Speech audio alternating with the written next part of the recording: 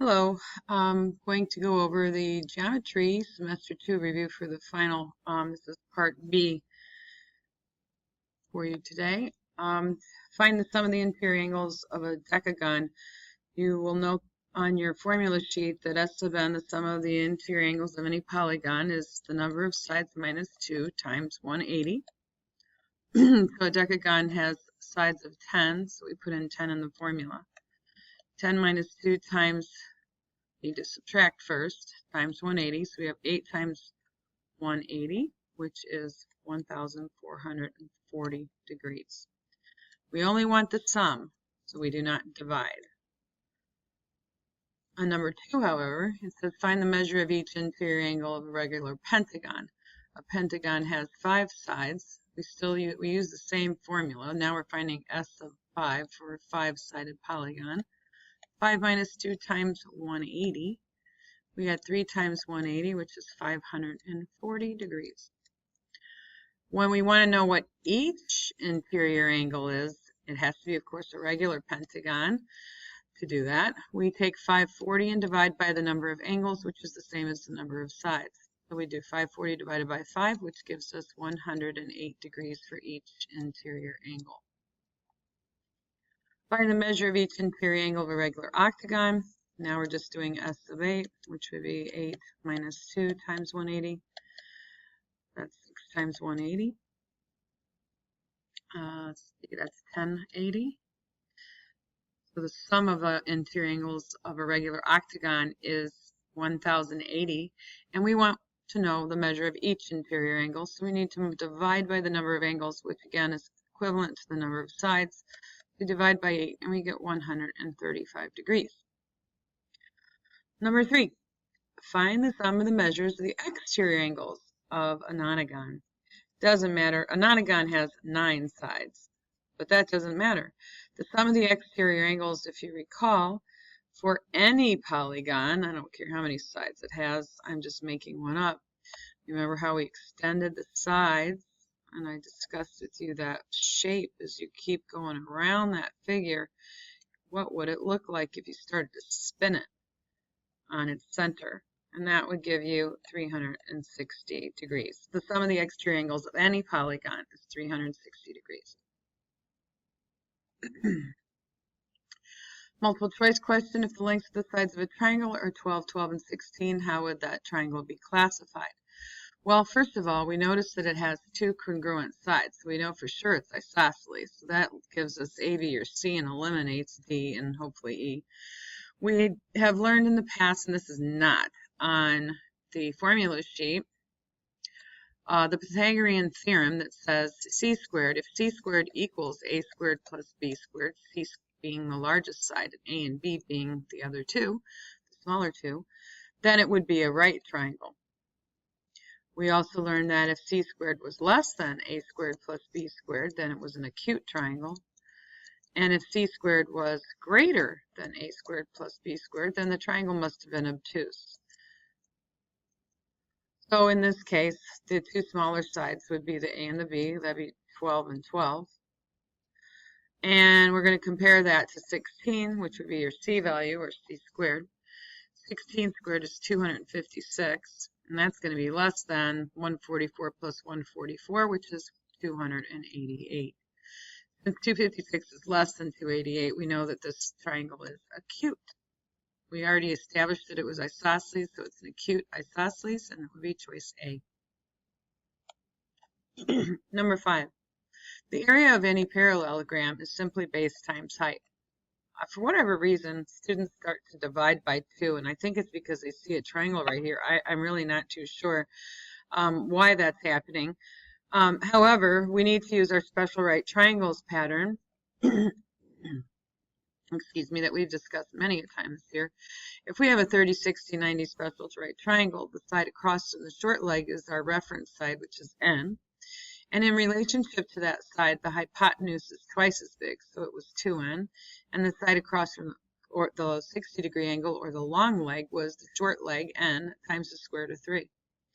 So if I look here, I see that I have the hypotenuse is 18, so I divide that by 2 to go backwards, because 2n equals 18, then n would be divide by 2 and get 9.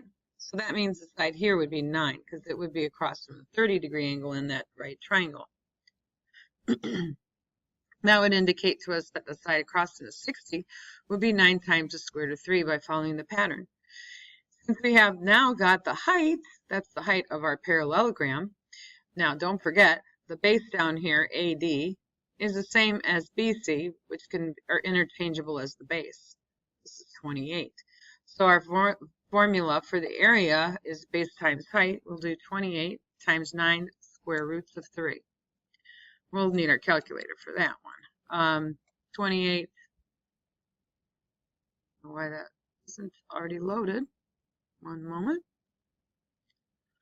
So I already had done that earlier. 28 times 9 square root of 3 is 436.5. And that would be in square centimeters because it's an area. We've been doing volume lately, and we've got to go back now and remember area is square units where volume is cubic. Don't forget, length is linear. Area of a trapezoid formula is on your formula sheet for the final. It says area of the base, area of a trapezoid is equal to 1/2 the height times the sum of the bases.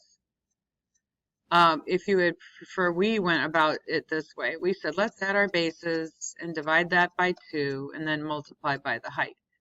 So either formula can be used, whatever you prefer. The area for this one, since we have the bases are 16 and 28, we add 16 and 28. Don't forget that the order of operations matters here. We need to add before we divide. And the height here is your 12. 3 times 12.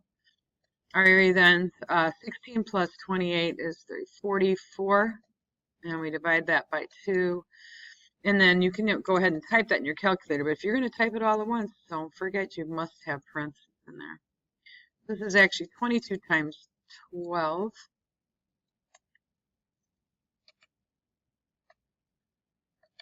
All right, and that would be 264, and we are again doing an area to 264.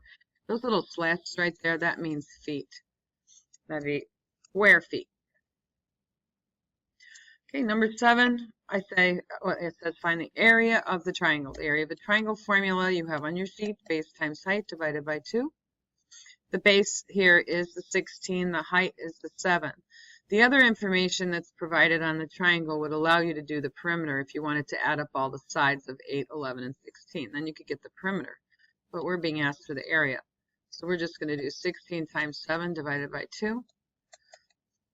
I can actually divide the 16 by 2 and get 8. 8 times 7 would be the same answer as if I multiplied those and then divide by 2, and that's 56.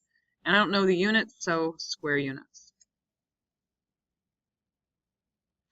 Number 8 says find the circumference of a circle with a radius of 7.5 kilometers. The circumference formula, you can use either the 2 pi times the r, that's going to be on your sheet, or pi times the or diameter times pi, or pi times the diameter is what it's going to say. I've used in class, I always kind of try to keep you separating the circumference formula from the area formula. So I constantly was telling you, if you are going to find the circumference, then let's find the diameter before we do anything else. 2 radii make a diameter, so we multiply 7.5 by 2 and gives us a diameter of 15. Then I can just type in my calculator pi times 15.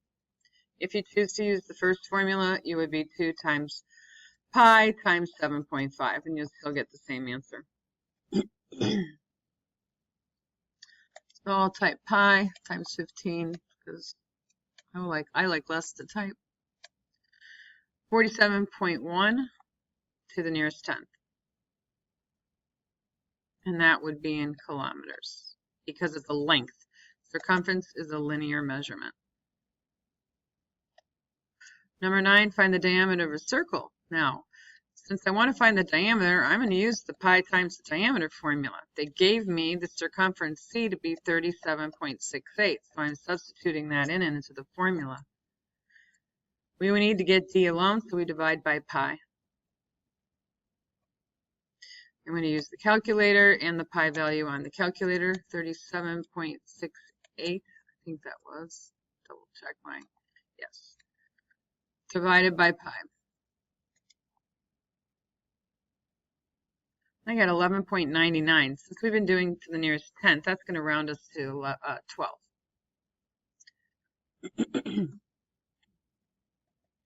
So that'd be 12 meters. Number 10, describe each angle as an angle of elevation or an angle of depression. Angle 1 is an angle of depression because it's opening from a horizontal. All angles of elevation or depression open from a horizontal and open downward. Angle 3 is also an angle of depression. It's opening down from a horizontal line. While angle 4 from the horizontal is opening up, so it's an angle of elevation.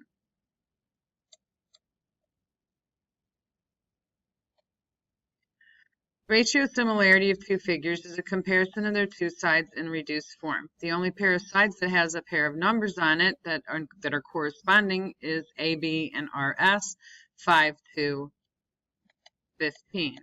We can write it as with a colon or as a fraction, so I don't care, but as long as you do this, you need to reduce properly. Divide by 5 top and bottom, that'd be 1 to 3. Or 1/3. Since the ratio of similarity is 1 to 3, we can use it to set up a proportion to find the missing parts. Or you can use just looking at the figure. I don't mind if my students say 5 is to 15 as 9 is to x, because they're coming from the first to the second, first to the second. Then we know by a cross products property that the cross products are equal. So we multiply 5 times x and 9 times 15, that'd be 135. My pen's stuck. And then divide by 5. So we would get divide that, let's see, what's that? 20, and I'm brains, 27. That's where x is. Okay, now if you chose to use your similarity ratio, the numbers wouldn't have been as difficult to deal with. We could have done 1 is to 3, first figure to second, as 9 is to x. And then we would have gotten that 27 really fast. So that's what I'm going to do on the next part. I'm going to find y. 5 is to 15, or 1 is to 3. I'm going to try to find st. 1 is to 3 as, see how 12 corresponds with the y. 12 over y. First figure to second, first figure to second. Y would then be 36. Get those nice and clean when we use the reduced ratio. Ratio of the perimeters is always the same as the ratio of similarity or ratio of the sides. So it's going to be 1 to 3 as well. But the area ratio, remember this was A to B, this was A to B, and we said that A to B for the sides, A squared to B squared for the areas. So that's going to be 1 squared to 3 squared, which will give me an answer of 1 to 9. Number 12, it says, if these cubes have sides of 3 and 5 feet, are they similar? The answer is yes, all cubes are similar. And I'll use a symbol for similar. What's the ratio of the sides? Well, it's 3 to 5. The areas would be, remember, this is your A to B. This is your A squared. Areas is A squared to B squared. So that's going to be 3 squared, 9. To 5 squared, 25. Volume, that's A cubed to B cubed. So for that, it's going to be 3 to the third to 5 to the third. 3 to the third is 27, and 5 to the third is 125.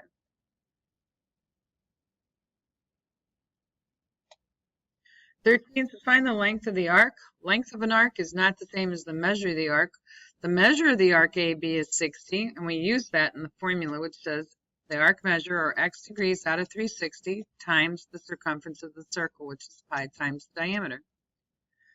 If I look over here and I see that the radius is 9, which means my diameter is 2 times 9, or 18.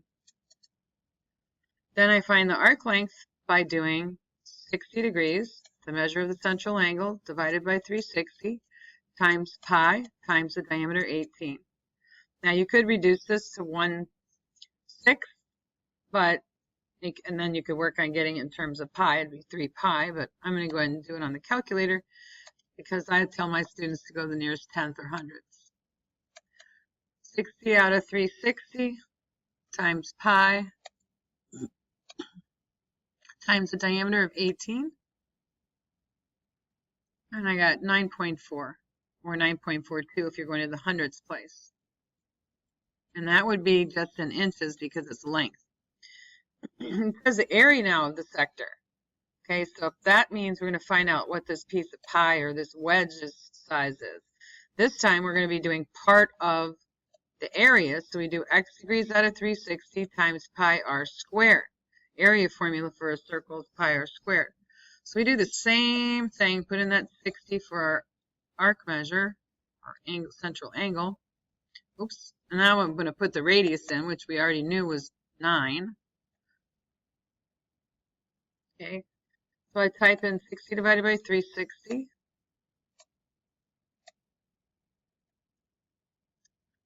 Pi times 9 squared.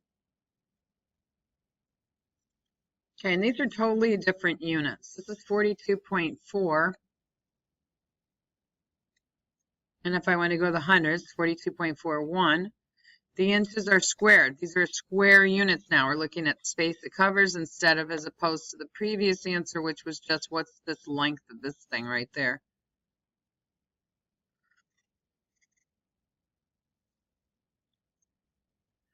Okay, number 14, find the values of x and y. First thing I would say is, hey, I got a parallelogram here. Opposite angles in that thing are congruent. So y is 82 degrees. Oh, it says find the values of x and y, then it says find z. Well, let's just find them all. So x degrees, I'll find out in a second. I already found y.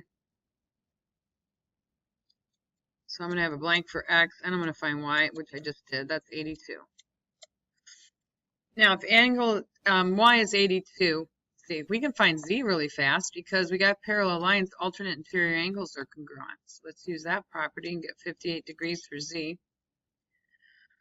All right, now let's find x by using the triangle angle sum theorem. Of course, that says that the sum of the three angles of any triangle is 180. We've gone over that one so many times. So we're going to use it again. So let's do 180 minus 82 minus 58. That'd be 98 minus 58, so it's going to be 40.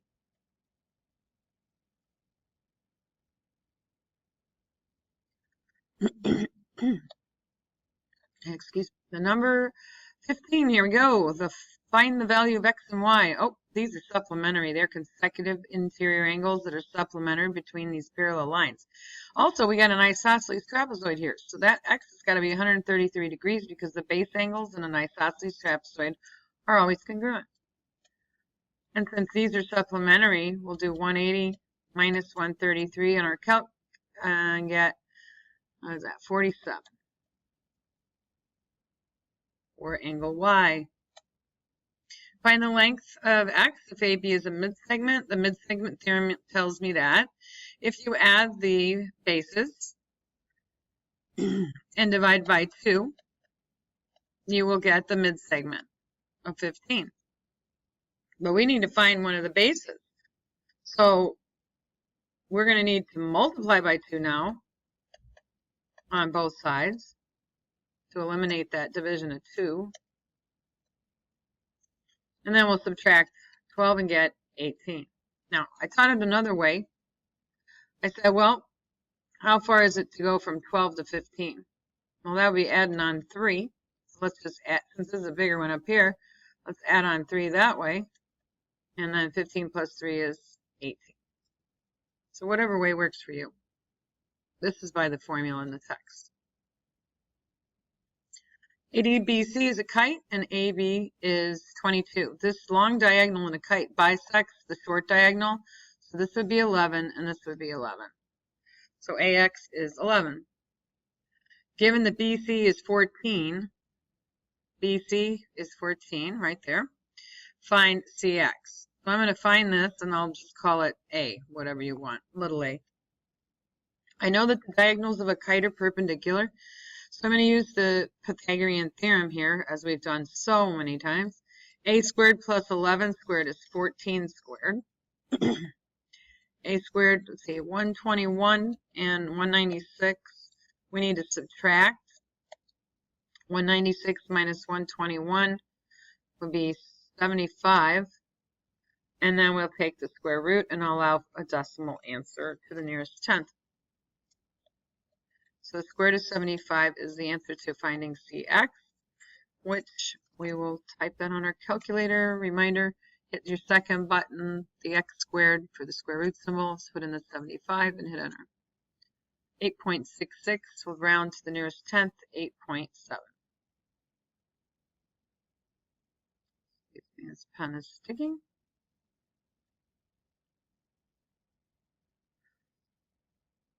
Number 18, the given figure is a parallelogram. AC would be, well, if that's 6, the diagonals of a parallelogram bisect each other, so these are equal. So that would mean AC is 12. Just add those two segments. ABCD is a kite, find the measure of angle C. The large angles, excuse me, these angles are congruent. We have two angles given. The sum of the four angles of any polygon is 4 minus 2 times 180. Sum of the interior angles. That's 2 times 180 or 360. You may have remembered the four-sided figures. Sum of its angles is 360. You can start subtracting those angles that you already have. These two are congruent. So once we find out that difference, we can divide it by 2. So I'll go 360 minus 142, oops, I typed that wrong, minus 25.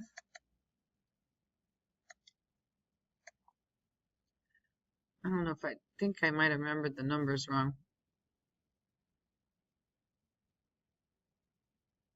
No, 193.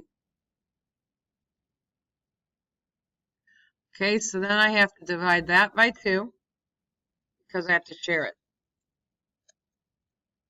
So that would be, oops,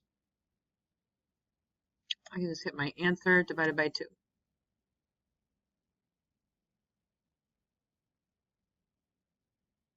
All right, that's 96.5 degrees per angle. So the measure of angle C is 96.5 degrees. And as well as angle A would be the same. Number 20, we have an isosceles triangle. We know that the base angles of an isosceles triangle are equal. So you got an X right there. You could use the triangle angle sum theorem and say x plus 32 equals 180. Or you could say, well, that would give me the same result if I said, all right, I got 180 minus 32, and those two angles are equal, so I would just divide by 2 after I get, what's that, oh my gosh, 148. And then I would divide that. My writing is awful at the second. 148, I need to divide that by 2 to find each of those. All right, so they should be 74 apiece. Regardless of how we approach it, this would give me the same result. 21, find the value of x and y. Let's see. Oh, well, these slashes mean this is a rhombus. All four sides are congruent. So y is clearly 16. This is 100 degrees, and since these are both equal, that means I have an isosceles triangle on either side here. It's cut into two isosceles triangles. So these angles right here, I've got 100 for that angle. So I go 180 minus 100. I know I've only got 80 degrees left to share among these two congruent angles. So they'd be 40 apiece. And these, the diagonal and a rhombus bisect angles, these are 40 as well. And that one's 100 because opposite angles are congruent. 22, ABCD is a rectangle and AC is 14. BD, diagonals in a rectangle are congruent. It would also be 14. And don't forget, they bisect each other. So all of these little segments could have been found too. They'd all be 7 apiece. Find the value of x by showing all work. We have a proportion and we know our cross products are equal. So we are going to multiply 7 times the x plus 3 equals 6 times the x plus 5. So distributing properly, 7x plus 21 equals 6x plus 30. Subtract 6x from both sides, giving you x plus 21 equals 30. Subtract 21 from both sides, and our answer is 9. 30 minus 21 is 9. 24, if you have parallel lines cut, or 2 transversals are cut by 3 parallel lines, then they are proportionally divided. So these pieces are proportional. So 3x is to 21, as 6 is to 18. Now this is reducible, so I'm going to do that so I don't have to go grab the calculator. And so is 6 over 18, that's 1/3. So 3x equals 7. X should come out to 7/3.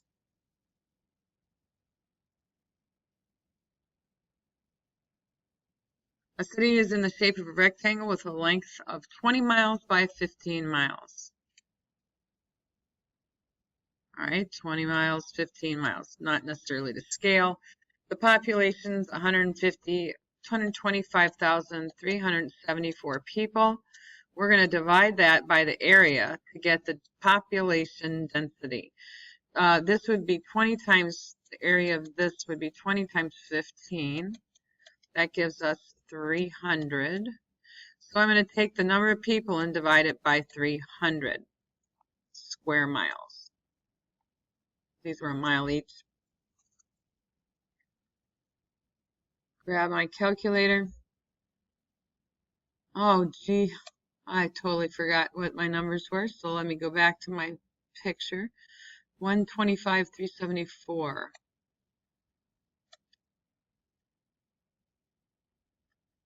And I'm dividing that by 300 square miles. So I've got 417.9 people per square mile.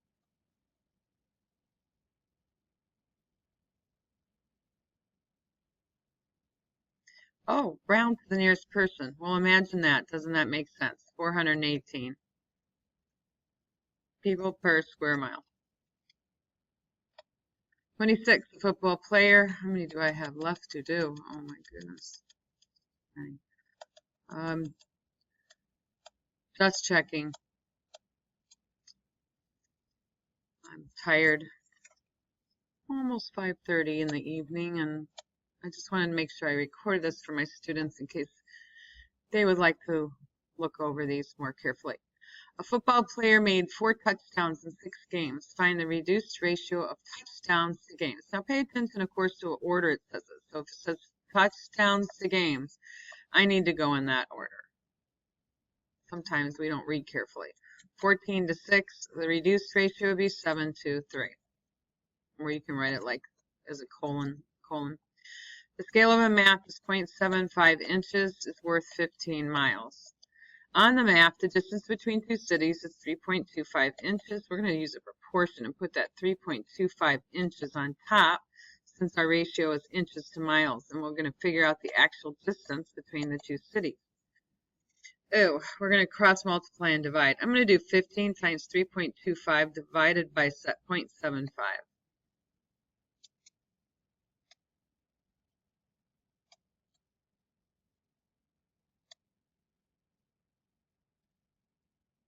All right, and I'll find those actual miles to be 65.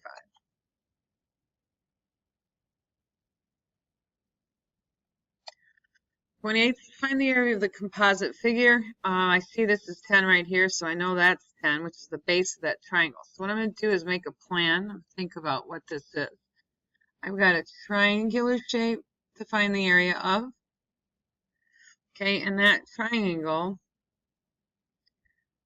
we know the height, and the formula for area of the triangle is base times height divided by 2. We've been given the height is 8 and the base is 10. So we're going to do 10 times 8 divided by 2, which is 40. And then I'm going to think of the next shape I can see I find. That would be this rectangle. So I'm going to need to add on a rectangle that has dimensions of 10 and 24. The width area is easy, just 10 times 24, 240. All right, so you got that one. Now we've got half of a circle or a semicircle.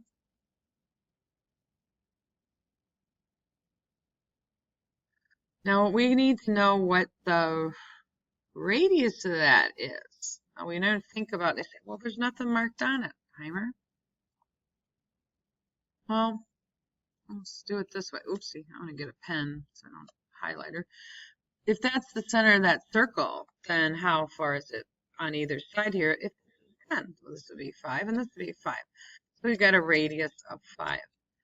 We're going to do the area of half a circle now. It's not the best half circle I ever drew, but it's pi r squared. Got the calligraphy pen on accident. I like that one, but kind of didn't do me justice here for this. Pi times 5 squared. The problem is I don't have a whole circle. That's the area of a whole circle. I have half of one, so I got to divide that by 2. Pi times 5 squared divided by 2.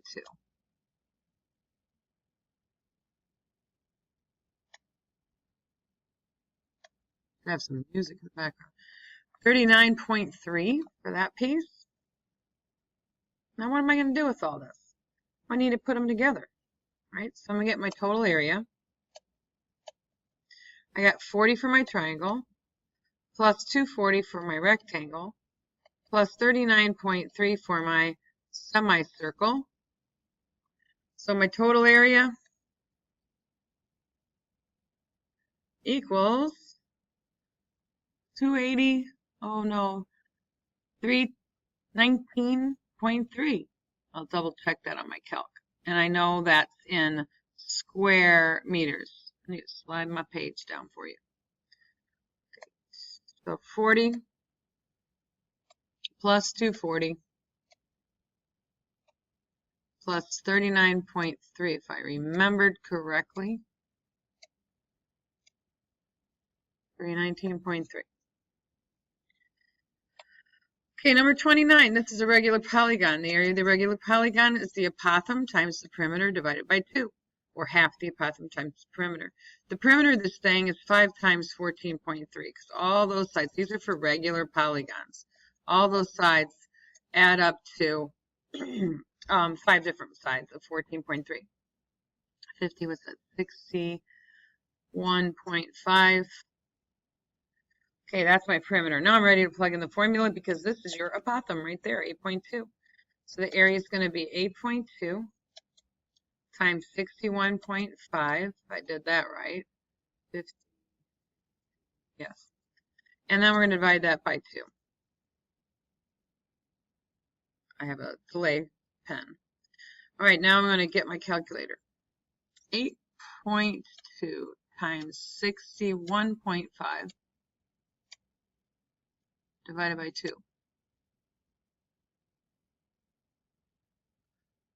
Come here. Having some technology difficulties. 52.15, if it's to the nearest tenth. I'm just going to leave it because it didn't say. I wouldn't mark off for rounding to the tenth. All right, 30. Write the component form of a vector given the start of the vectors at A going through B and ending at B. Component form is when you put the vectors as one. All right, let's see. It's on your formula sheet.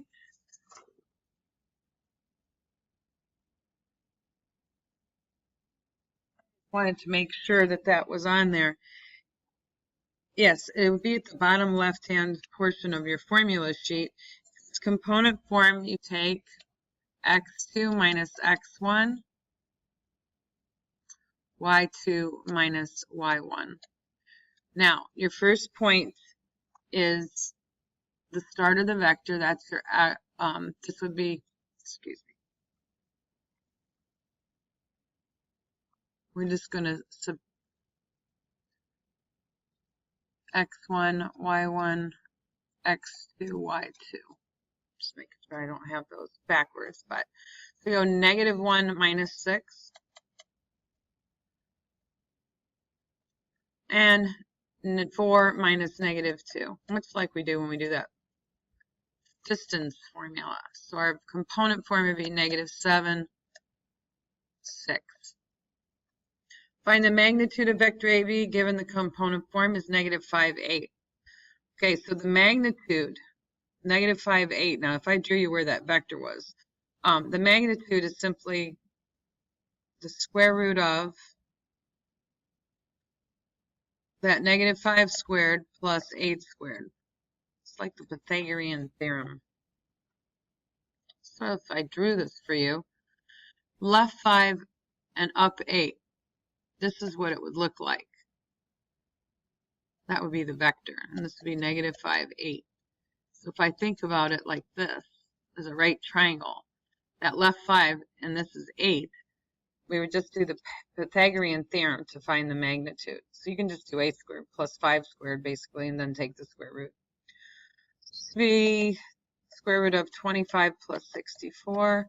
So that's going to be the square root of 89, which is approximately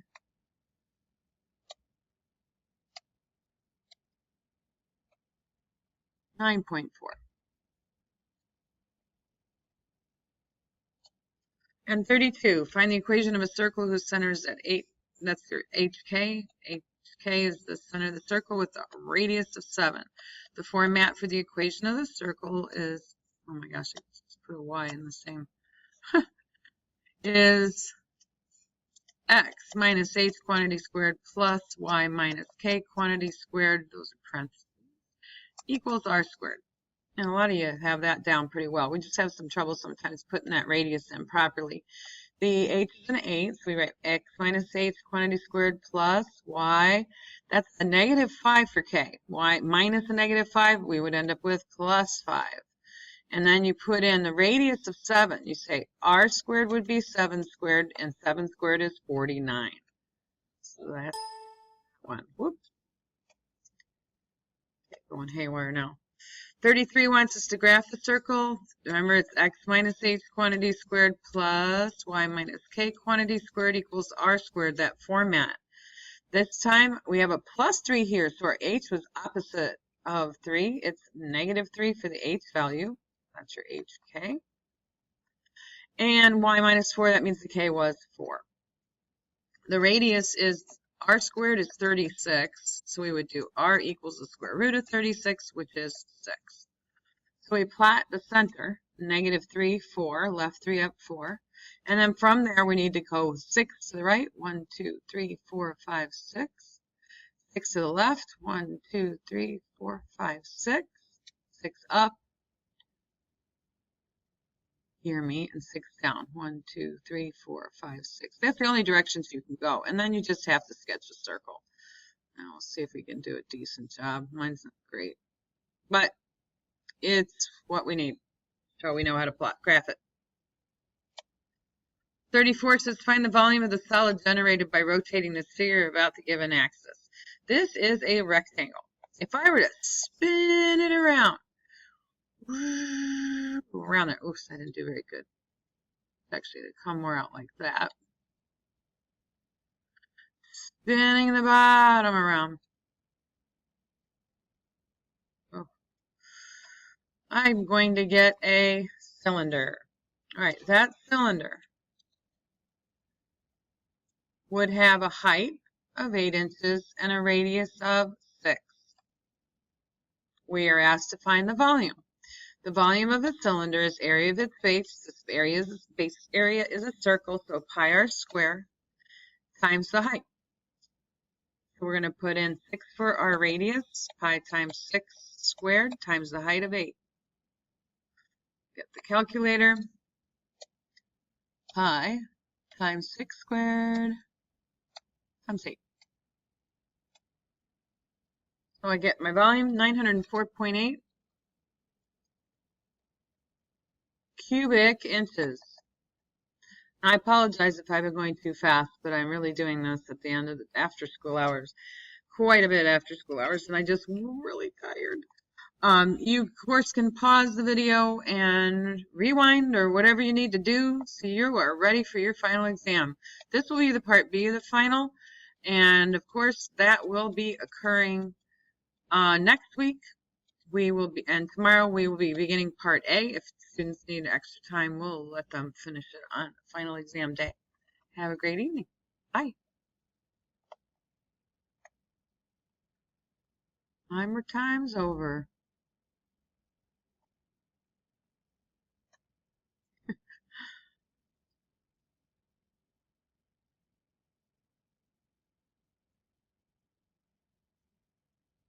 I don't know what just happened here, but if I'm still recording, so sorry.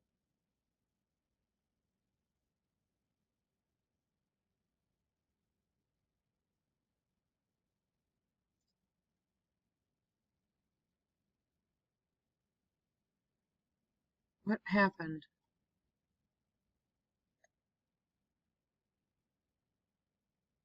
Oh, that would be right here. Find the missing.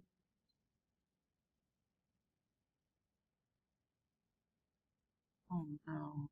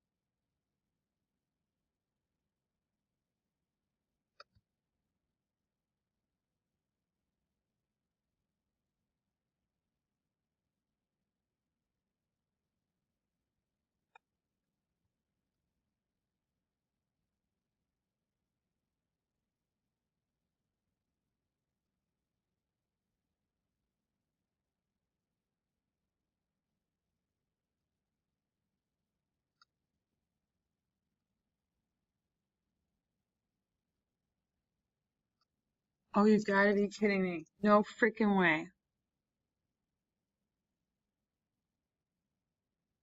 Where is my recording I just made?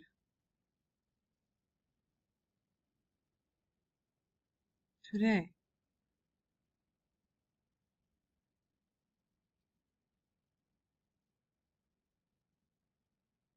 Why didn't I do this today?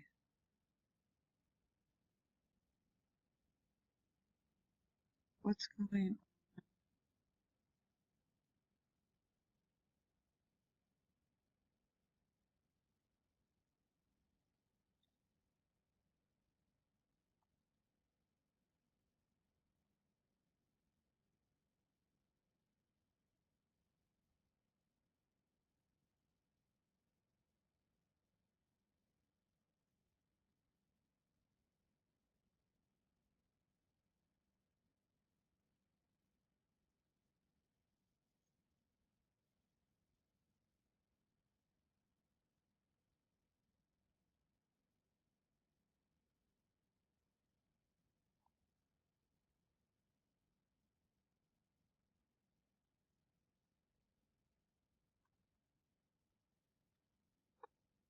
We were quickly going through the review. I may edit and get the previous problems back in there, but right now I'm going to continue where I am. This is review for the Geo final part B. Of course, these are Pythagorean theorem. 13 squared is 169, 18 squared, I think it's 324, right? When you add those, what do you get?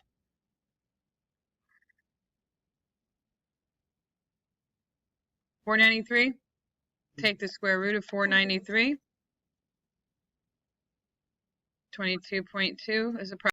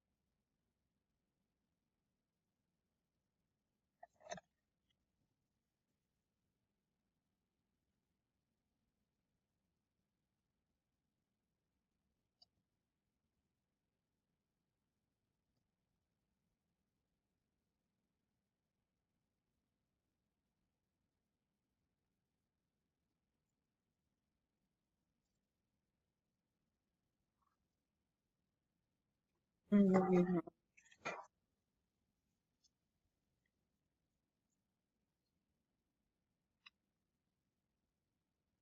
I just did it entirely.